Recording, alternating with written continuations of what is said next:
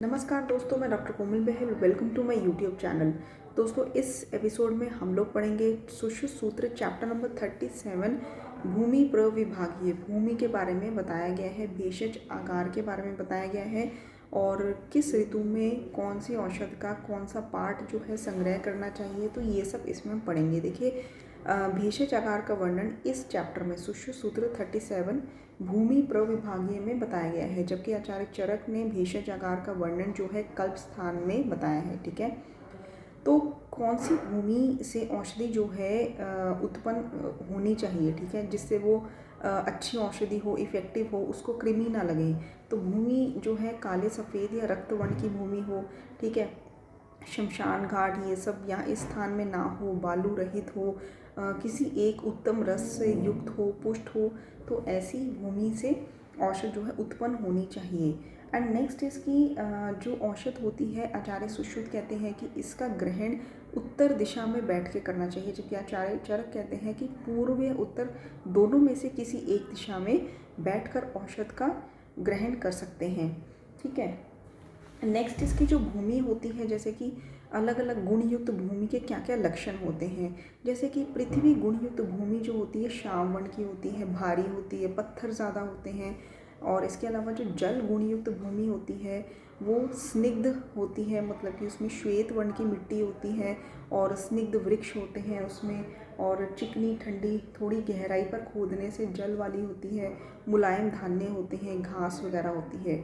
ठीक है, एंड जहाँ पर बड़े बड़े सारहीन वृक्ष हो वो आकाश गुणयुक्त होती है भूमि, और जहाँ पर छोटे छोटे पत्थर हो, छोटे छोटे जैसे कि वृक्ष हो, ठीक है, वो अग्नि गुणयुक्त भूमि होती है।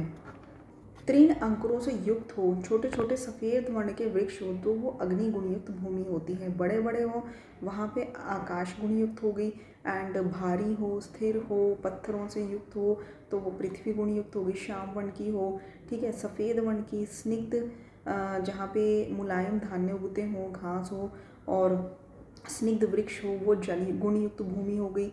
एंड इसके अलावा आकाश गुणयुक्त भूमि, श्याम वर्ण की उसमें मिट्टी होती है। ठीक है, एंड नेक्स्ट इसकी अन्य आचार्य, अलग अलग जो आचार्य हैं वो कहते हैं कि जैसे प्रावृत ऋतु में मूल को ग्रहण करना चाहिए, शरद ऋतु में जो है छाल को ग्रहण करना चाहिए, हेमंत ऋतु में दूध को ग्रहण करना चाहिए, शिशिर ऋतु में वर्षा ऋतु में पत्र को ग्रहण करना चाहिए, वसंत ऋतु में सार को ग्रहण करना चाहिए, एंड ग्रीष्म ऋतु में फलों को ग्रहण करना चाहिए। ठीक है, इसमें शिशिर ऋतु का नहीं बताया।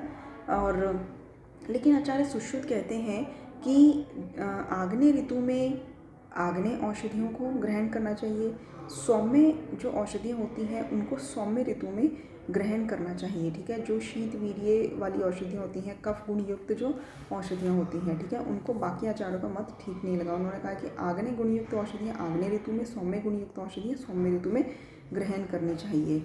ठीक है, और इसका रीज़न उन्होंने दिया है कि जो जगत होता है वो सौम्य होता है और आग्नेय होता है। अब नेक्स्ट ये है कि जो विरेचक औषधियाँ होती हैं वो पृथ्वी और मतलब जिसमें जो अधोगामी गुण ज़्यादा हो, भारी गुण ज़्यादा हो, पृथ्वी और जल गुण युक्त भूमि से विरेचक औषधियों को ग्रहण करना चाहिए।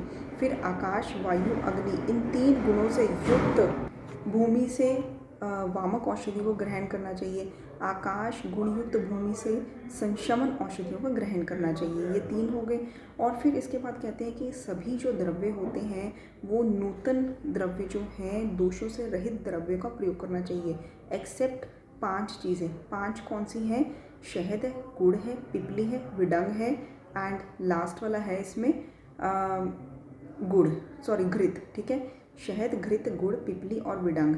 और आचार्य षडंगर कहते हैं कि 6 चीज़ें हैं जो पुरानी प्रयोग करनी चाहिए, शहद, गुड़, घृत, पिपली, विडंग और धान्य। ठीक है, और जितनी भी औषधियाँ हम यूज़ करते हैं वो शुष्क औषधियों का हम प्रमाण लेते हैं हमेशा। जो प्रमाण होता है वो शुष्क औषधियों का लिया जाता है, क्योंकि जो गीली औषधियाँ होती हैं उनमें वाटर कंटेंट होता है। अगर आपके पास शुष्क औषधियाँ जो है ट्रीटमेंट के लिए अवेलेबल ना हो और आपने अगर आर्द्र औषधियाँ यूज़ करनी हो, तो आर्द्र औषधियों का जो प्रमाण है शुष्क औषधियों से डबल होगा। ठीक है, एक्सेप्ट कई चीज़ें हैं जैसे कि गडुची है, कुटज है, वासा है, कूष्मांड है और शतावरी।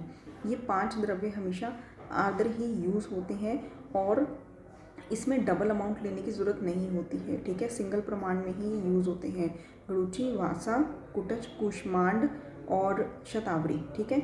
और 3 द्रव्य ऐसे होते हैं जैसे कि बिल्व है, द्राक्षा है, हरितकी है, ये शुष्क ही लेने चाहिए हमेशा, ठीक है। और 5 गुरुची, वासा, कुटज, कूष्मांड और लास्ट में भूल जाती हूँ हमेशा शतावरी, ठीक है। ये 5 जो है हमेशा गीले ही लेने चाहिए, ठीक है। एंड भाव प्रकाश जी ने शुष्क बताए हैं 3, बिल्व, हरितकी, द्राक्षा, ठीक है। एंड नेक्स्ट एंड लास्ट इसमें है कि जो भूमि होती है गंध, वर्ण और रस आदि से युक्त होकर भूमि 6 प्रकार की होती है और भूमि के स्वभाव से वृक्ष भी छड रस युक्त होते हैं। और युवा अवस्था में, अब एनिमल्स के जो प्रोडक्ट होते हैं युवा अवस्था में, जो जानवर होते हैं, जांगम, पशु पक्षी, इनका नख, रक्त और इनका जो रोम है युवा अवस्था में इसका प्रयोग करना चाहिए। एंड जब इनका आहार जीर्ण हो जाए तब इनका मल मूत्र, दुग्ध, ये 3 जो हैं औषध के लिए प्रयोग करना चाहिए, ठीक है। तो ये था हमारा चैप्टर नंबर 37। धन्यवाद। एंड प्लीज़ चैनल को सब्सक्राइब करना मत भूलिए, शेयर कीजिए, लाइक कीजिए एंड कमेंट करिए कि आपको कैसी लगी एक्सप्लेनेशन।